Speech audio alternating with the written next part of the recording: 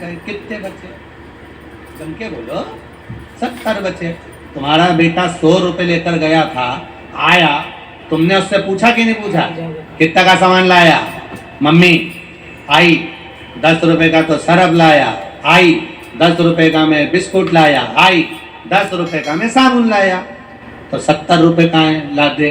बेटे ने हिसाब दिया कि नहीं दिया? बोलो बोलो, जम के बोलो। दिया ना। जब तुम अपने बेटे से 100 रुपए का हिसाब ले सकते हो तो वो भी तो 100 साल का हिसाब लेगा कि नीचे जाके करा क्या था तूने। खानावा लिया रे तनी 10 रुपए ज्यादा छोरे ने खर्च कर दिए। 30 रुपए का सामान लगाया था, 70 रुपए होना थे, 60 रुपए लेकर आया। 10 कहाँ है? 10 रुपए की मैंने टॉफी खा ली, आइसक्रीम खा ली। फिर आई ने उठाई मोगरी। मोगरी देखिए, वो जो कपड़ा धोने की नहीं होती, पहले लकड़ी की चलती थी इतनी बड़ी, आजकल तो वो वॉशिंग मशीन चले, यूं छिले है। पहले मोगरी चलती थी, कपड़ा को ऐसे डाल दो, नहीं जुट कूटी पड़े कूटी पड़े कूटी पड़े। फिर आई ने उठाई मोगरी और जो धोया। तूने 10 रुपए व्यर्थ गवा दिए, 10 रुपए बेकार जगह लगा दिए। टॉफी खा गया, आइसक्रीम खा गया, जो धोना चालू करा बस वो भी, उसके पास में भी एक मोगरी है धोने के लिए। सब मशीन है उसके पास, वॉशिंग मशीन भी है, नरक में पटक देता है, घूमते रहो वॉशिंग मशीन, नरक में घूमते। और एक मोगरी उसके पास में भी, एक गदा लेके चलता है, वो चिल्ला चिल्ला के कहता है हम यम हैं। और उसकी धर्म पत्नी भी साधारण नहीं है, यमराज की धर्म पत्नी धुमोरना। क्या नाम है धर्म यमराज की पत्नी का? नाम क्या है? धुमोरना। वो भी कम नहीं है, वो धुमोरना भी धोना काम करती है, बस एक ही काम उसका धोना। लोग कहते हैं उसका नाम धुमोरना, धुमोरना नहीं धोना। इसीलिए कहते हैं महाराज कर्म कर ना पछताएगा, भगवान की आंखों से तू बच नहीं पाएगा, तू बच नहीं पाएगा। अरे ओ अज्ञानी मत करना, तेरे कर्म का फल भी तू ही पाएगा।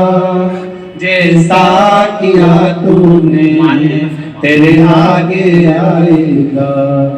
मत बुरे कर्म कर बंदे वरना पछताएगा, भगवान की आंखों से तू बच नहीं पाएगा, तू बच नहीं पाएगा।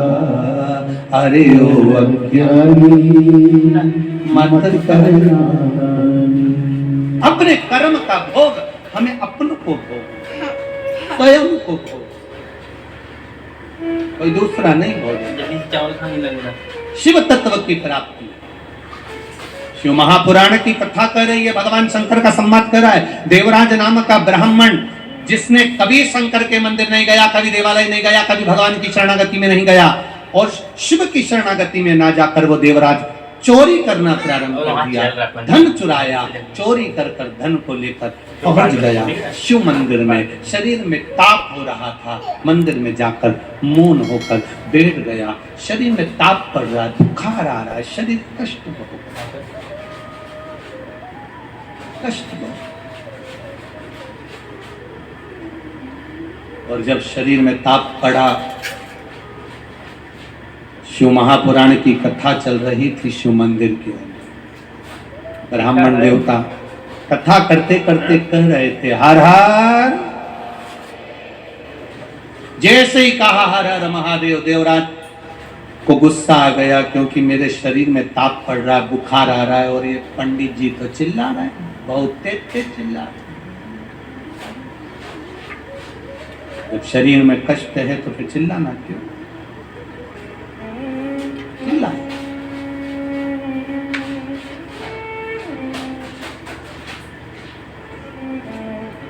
आया क्रोध,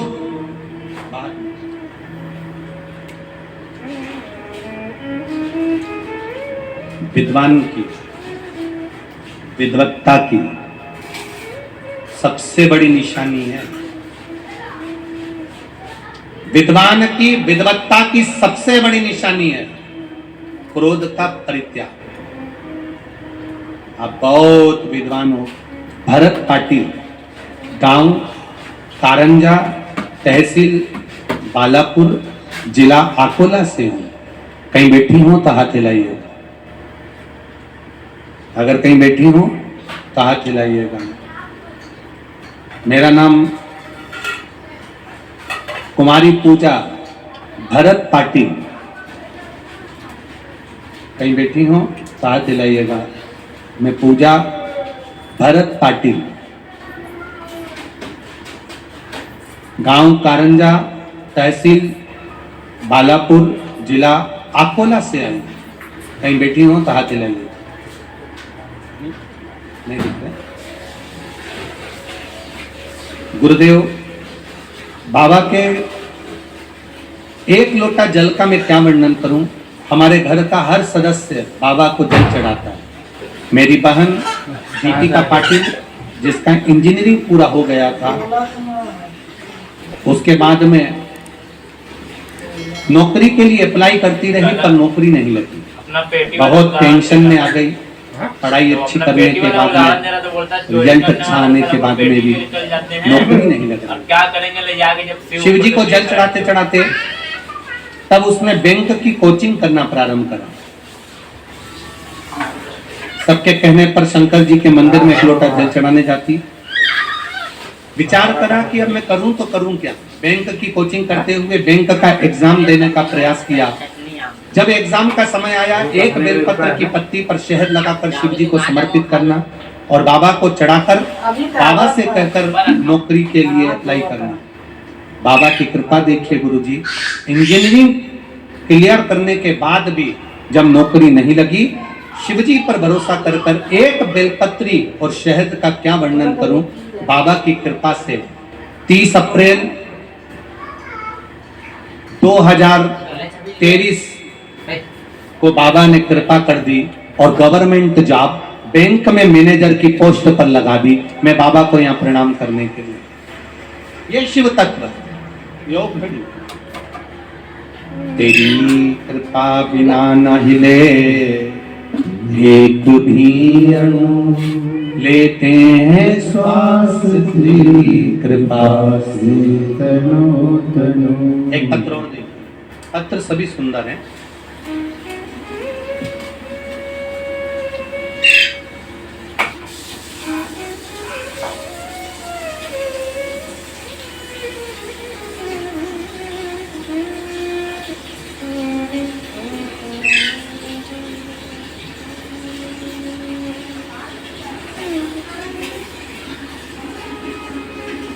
मेरा नाम अरुणा कुलकर्णी है। मैं शिवली गांव, जिला जालना, मराठवाड़ा की रहने वाली हूँ। कहीं बैठी हो तो हाथ हिलाइएगा। अगर कहीं बैठी हो तो हाथ हिलाइएगा। ठीक है क्या? हाँ जी, हाथ हिला दो एक बार। ठीक ठीक ठीक ठीक है। श्री शिवाय नमस्तुभ्यम। गुरुदेव मंदिर में नंदीश्वर की भी आराधना करते हैं। बाबा का क्या वर्णन करूं गुरुदेव। मेरी एक किडनी ने काम करना बंद कर दिया था और वो किडनी जब काम करना बंद कर दी तब मैंने मंदिर में झाड़ू पोछा लगाना प्रारंभ कर दिया। आप कहते हो कि मंदिर में अगर झाड़ू भी लगा रहे हो, मंदिर में पोछा भी लगा रहे हो तो बाबा संभाल लेगा, बाबा आपको सुधार देगा। मेरी एक किडनी ने काम करना बंद कर दिया। लगातार तकलीफें चालू हो गई। बाबा का मैं क्या वर्णन करूं गुरुदेव। जब से बाबा के चरणों की सेवा में लगी हूं, किडनी भले काम करना बंद कर दी और बाबा की सेवा में मैं लग गई। दवाइयाँ लेती रही, शिव की सेवा करती रही। बाबा की कृपा से जल चढ़ाती, आचमन करती, बेलपत्र लाती, खा लेती और दुनिया की सेवा बंद कर कर बाबा की नौकरी करना प्रारंभ करा। गुरुदेव मैं बाबा का क्या वर्णन करूं। जो मेरी किडनी खराब हो गई थी, काम करना बंद कर दी थी, बाबा की कृपा से उसने काम करना चालू कर दिया। मेरी रिपोर्ट भी मैंने लगाई है, डॉक्टर की रिपोर्टें मैं लगा कर भेज रही हूँ, जिसमें सारी जांचें भी हैं और किडनी ने काम करना प्रारंभ कर दिया। बाबा के मंदिर में मात्र झाड़ू और पोछा लगाने का क्या फल होता है गुरुदेव, वो मैं कह सकती हूँ कि मेरी किडनी काम करना चालू कर दी। बैठिए बहन, हर हर महादेव। शिव तत्व को जानो, भगवान शिव की भक्ति को जानो, सरल। आप लोग भी इतनी संख्या में यहाँ आए हुए हैं, एक विश्वास लेकर आओ, एक भरोसा लेकर आओ। और पत्र तो हम पढ़ ही नहीं पाए हैं, इतने सारे पत्र अभी भले आज की कथा में ना पढ़ाए हों, पर प्रयास करेंगे कि कथा में पत्र आप लोग जो भेजे हैं, इन पत्रों का भी स्मरण करा जाए। ऐसा नहीं कि ना करेंगे। सुनो शिव पुराण। पंडाल में बैठ कर नहीं सुन सकते तो दोपहर में 1 बजे टीवी चैनल के सामने सुनो। नजदीक में रहते हो, 7 दिन में से 1 दिन निकालकर शिव महापुराण के चरणों में पहुंचो। माना सुबह जल्दी कथा चालू हो रही है, 8 बजे से लेकर 11 बजे तक कथा है। माना सुबह 8 बजे से 11 बजे तक हो रही है। पर कई लोग तो कहते हैं गुरुजी आपकी कथा का ठिकाना नहीं रहता, कभी 2 बजे कर देते हो, कभी 1 बजे कर देते हो, कभी 4 बजे कर देते हो, कभी 8 बजे कर देते हो। हम उनसे इतना सा कहना चाहते हैं, कथा का भले ठिकाना नहीं होता तो मौत का कौन सा ठिकाना होता है। भगवान बोल के भेजेगा कि 9 बजे के बाद मरना, अभी मत मरना। भगवान कह के भेजेगा कि इसको 12 बजे के बाद उठाना। जब मौत का समय नहीं है तो शिव भक्ति का भी कोई समय नहीं है। जब मौका मिले तब कथा का स्मरण करो, सारी समस्या का हल। जब तुम्हारा मन कर जाए, जब तुम्हारा चित्त लग जाए, जब तुम्हारा दिल लग जाए, तब शिव के द्वार जाओ, तब भगवान की चौखट अड़भंगा बैठा अलमस्त।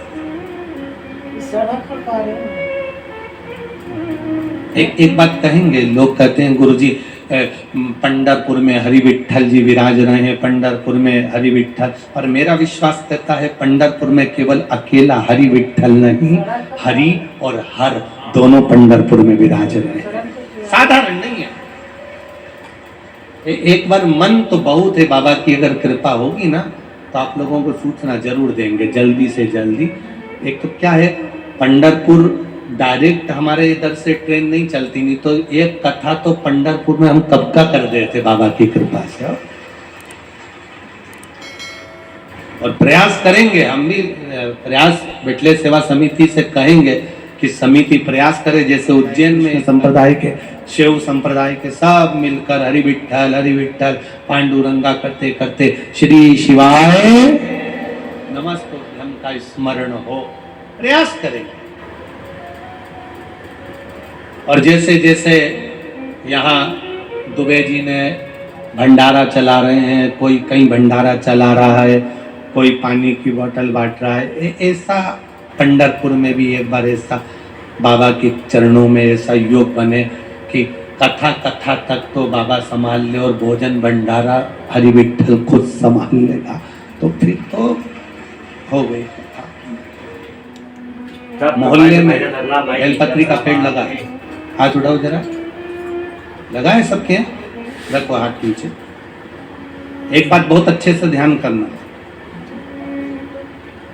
जो बेलपत्री का पौधा आपके सिर से ऊपर हो, उसी बेलपत्री के पौधे की पत्ती को लेना चाहिए। जो पौधा आपके सिर से नीचा हो, उस बेलपत्री के पौधे की पत्तियों को नहीं तोड़ना चाहिए, क्योंकि वो कुंवारा रहता है, छोटा रहता है, छोटे के कारण बस उसकी पत्तियों को नहीं तोड़ा जाता। जो बड़ा हो, जिसकी छाया हमारे ऊपर आ रही, जिसकी छांव हमारे ऊपर है। कई लोगों को हम कहते हैं बेलपत्री के पौधे की पूजन करना चाहिए, बेलपत्री के पेड़ की पूजन करना चाहिए, तो उन्होंने गमले में इतना बड़ा पौधा लगा लिया, उसी की पूजन कर लेती हैं, उसी की पत्ती तोड़ लेती हैं। अब जरा विचार करो, पौधे जो तुमने गमले में बेलपत्री का पौधा लगाया वो छोटा है, उसकी छाया हमारे ऊपर नहीं पड़ रही। हमारे शास्त्र क्या कहते हैं? वृक्ष की छाया हमारे ऊपर पड़ना चाहिए। हाँ, गमले में बेलपत्री का पौधा लगाओ, थोड़ा बड़ा कर लो, बड़ा होने के बाद उसको एकांत में जाकर कहीं जमीन पर लगा कर रह जाओ, वो पौधे को ध्यान रखो, बड़ा होता चले जाए, बड़ा होता चले जाए। रोड के किनारे पर, रोड की साइड में, शमशान जाने वाले रास्ते के किनारे पर बेलपत्री का पौधा लगा होना चाहिए। क्यों? अगर कोई भूल से भी मुर्दे को लेकर जा रहा है, शमशान लेकर जा रहा है और बेलपत्री की छाया उस पर पड़ जाती है तो उसका कल्याण हो जाता है, वो फिर जन्म नहीं लेता, उसकी मुक्ति हो जाती है, उसका मोक्ष हो जाता है, वो मुक्त हो गया, वो मोक्ष पा गया। शिव कथा कर रहे, शिव महापुराण की कथा वर्णन, शिव तत्व कर। देवराज नामक का ब्राह्मण बेलपत्री के पेड़ के नीचे प्राणों को त्याग दिया। शिव जी आए, नंदी पर बिठा कर ले गए। उसने प्रश्न कर लिया बाबा से, मैंने कभी मंदिर नहीं गया, मैंने कभी पूजन नहीं करी, मैंने कभी आराधना नहीं करी, मैंने कभी जल नहीं चढ़ाया, मैंने कभी शिव नाम नहीं लिया, फिर मुझे मुक्ति कैसे मिल रही है? कहा, तुम्हारी माता 1 लोटा जल शिव जी को चढ़ाती थी। जिस घर का एक व्यक्ति भी अगर शंकर को जल चढ़ा रहा है, प्रतिदिन शिव मंदिर में जल चढ़ा रहा है, उसकी 71 पीढ़ी तर जाती है, उसको फिर कोई जरूरत नहीं पड़ती। एक चढ़ा, खाली न जाता कोई दर से तुम्हारे, मैं भी खड़ा हूँ बाहें पसारे, अपने हृदय से लगा लो गिरा जा रहा हो, उठा लो।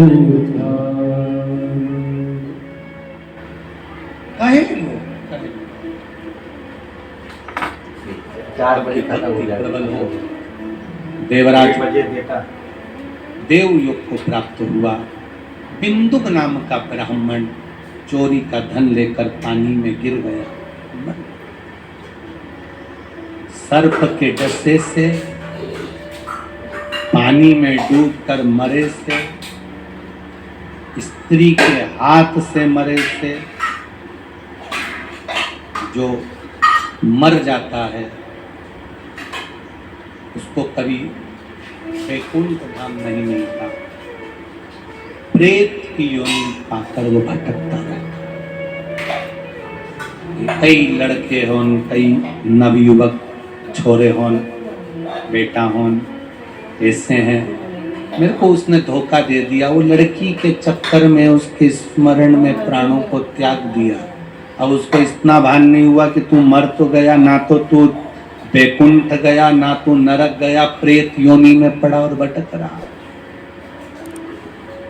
प्रेत योनि में पड़ा, भटक रहा।